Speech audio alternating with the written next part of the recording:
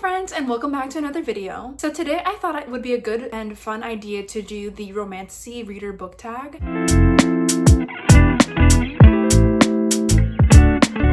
I still want to jump on this train ride even though I'm late. So I just wanted to answer some of these questions because I thought they would be super fun to answer and would help you get to know me a little bit more. So the first question is, what was your gateway romantasy book? Or in this case, it's a romantasy series for me. And that is The Infernal Devices by Cassandra Clare. Clockwork Angel, Prince and Princess are three books that really got me into this genre. I absolutely love just the historical fantasy vibes of these books. And they are some of my all-time favorite books. I think it's one of my all-time favorite series to this point. And I absolutely love them. I will recommend these endlessly, and I don't want to go on about these too long because I've included these in so many rec videos, and I will continue to talk about these, but I love these books, and I think these were my gateway into the romantasy genre. All right, and the next question is, what is the longest romantasy book you've ever read? And I think that the longest one is maybe Queen of Air and Darkness. Don't quote me on that, but I think it's Queen of Air and Darkness by Cassandra Clare. So yeah, that is the third book in the Dark Artifices series. So I think that one was about 900 pages, and that was a really long romantasy, but I think that's the longest romantasy I've ever read. And it's obviously not the longest book I've ever read. I've read some that are in the 1,000 pages. I'm thinking specifically of the Outlander series, but romantasy, I think it is Queen of Air and Darkness by Cassandra Clare. The next question is, what is an underrated romantasy book that you recommend? So an underrated one is An Enchantment of Ravens. I mean, I know that this series got, or these books rather, by Margaret Rogerson got some hype back when they came out, but it's been a while since anyone's spoken about them. And I think An Enchantment of Ravens by Margaret Rogerson is definitely one that I highly recommend. I love the standalone. It was such a beautiful story to fly through, and it's basically about this forbidden love story between this fairy and this human artist girl, and it was such a beautiful story. I loved it. I love that it's a standalone, so it's not in a series or anything like that, and you can easily read it. It's very accessible to someone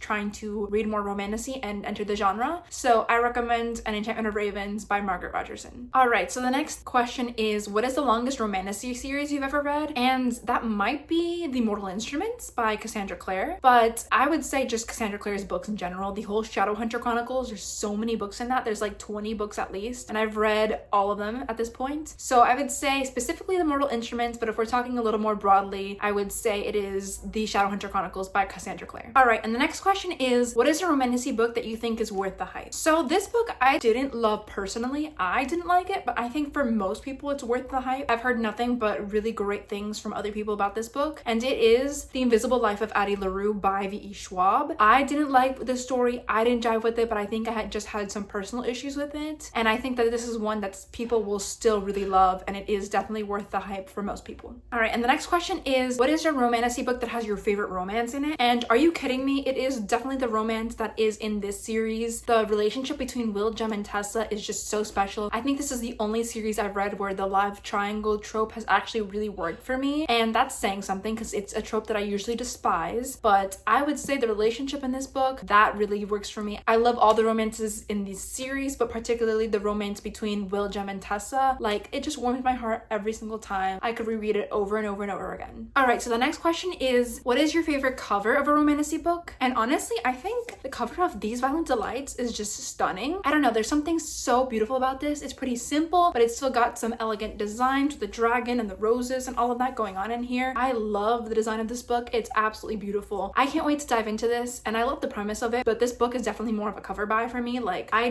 love everything about the cover of this book, so I'm super excited to get into it. All right, so the next question is, what is your all-time favorite romantasy book? And that might be Chain of Iron by Cassandra Clare. I absolutely love this world, and I would say that the Infernal Devices as a whole is better for me than The Last Hours, but this book in the Last Hours trilogy absolutely gets me. Like, it's so heart-wrenching. It crushed me when I read this last year. I didn't read that many books last year, and part of the reason was because I was making my way through this series and they crushed me. So I absolutely loved it. I love the angst in this story between Cordelia, Matthew, and James. Just absolutely stunning, and I think this is maybe my all-time favorite romantasy book, at least as of right now. This answer changes all the time, by the way. All right, and the next question is, what is the last romantasy book that you read? And this might be Queen of Air and Darkness by Cassandra Clare. I'm not 100% sure, but I was looking through my Goodreads and I don't think I've read a romantasy more recently than that, which is surprising surprising. I definitely need to get on reading some more romantasy. I think I've just been prioritizing so many other genres in the last few years, but I feel like 2025 is going to be a big romantasy year for me. I have already had the urge to pick up a lot of romantasy books just this month already, so I feel like I'll get through some of my romantasy TBR this year. All right, and the next question is, what are the top 3 romantasies that you have on your TBR? So the first one is These Violent Delights by Chloe Gong, which I already mentioned. This was on my February TBR. I haven't read it yet, but I hope to get to it really, really soon. The next one I have on my TBR is Legendborn by Tracy Dion. This is one that I have in my 25 books to read in 2025, and I'm really hoping that I will enjoy this and then be able to pick up the other 2 books in the series. I know that Oathbound, I think it is, or whatever the third book is